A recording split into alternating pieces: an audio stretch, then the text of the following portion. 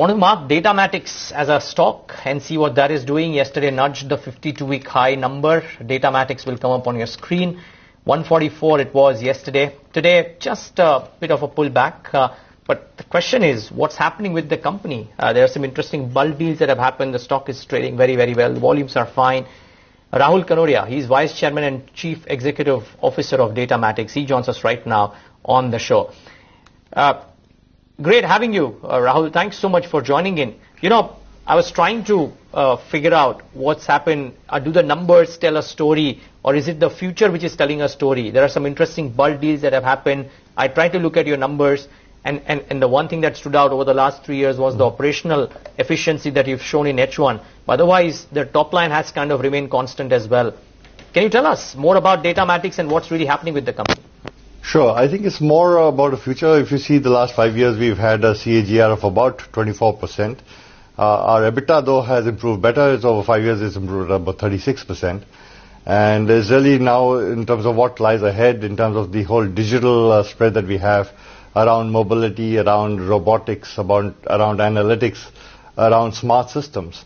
And that's really getting a lot of traction, and that's where we see customers responding to us very well, both internationally and in India.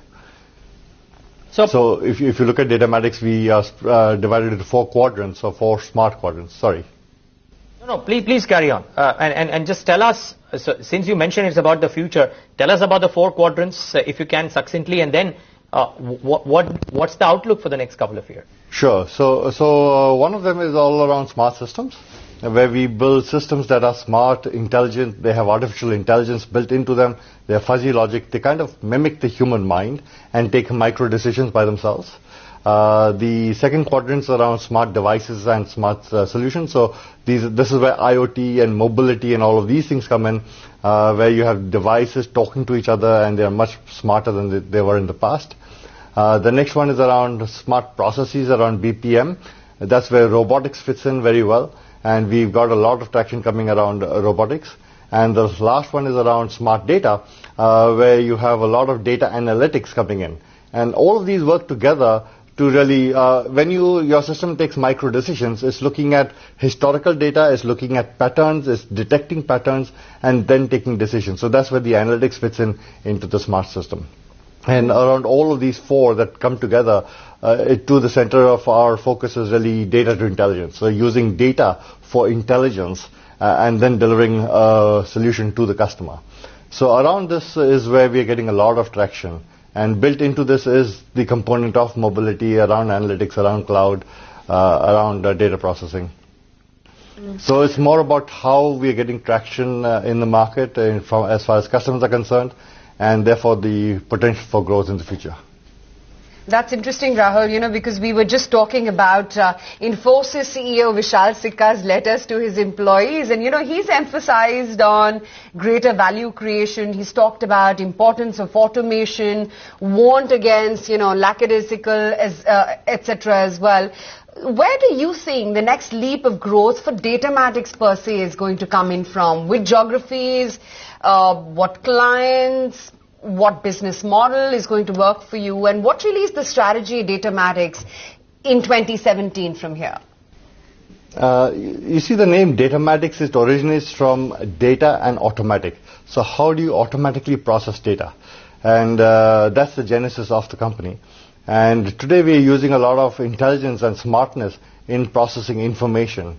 Most of the Indian companies and all IT companies are focused on managing code. So they manage Java and .NET and C++.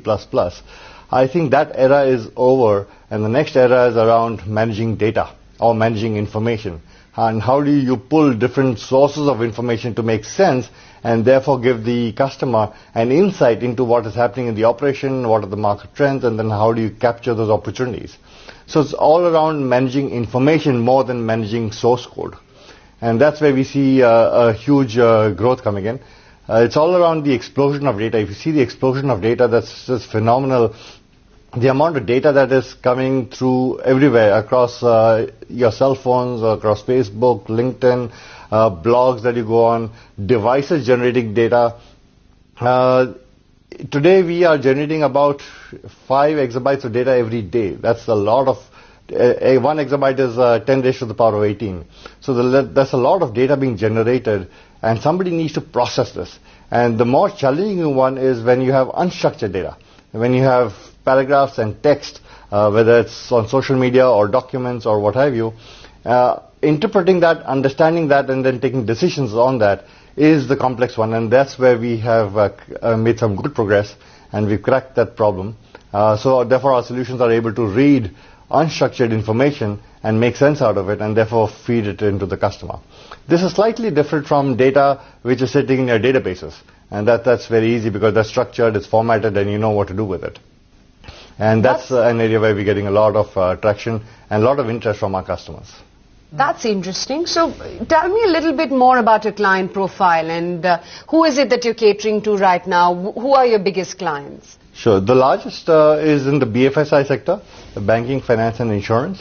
And our largest clients are in the insurance space, internationally mostly. But even the top insurance companies in India and the banks in India are our customers.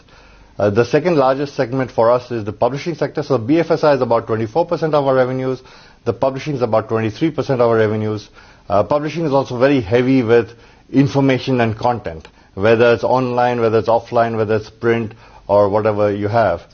So these two segments are very heavy with information processing, and that's where we are getting a lot of interest, both in banking, finance, insurance, as well as publishing. And all the largest corporations in the world are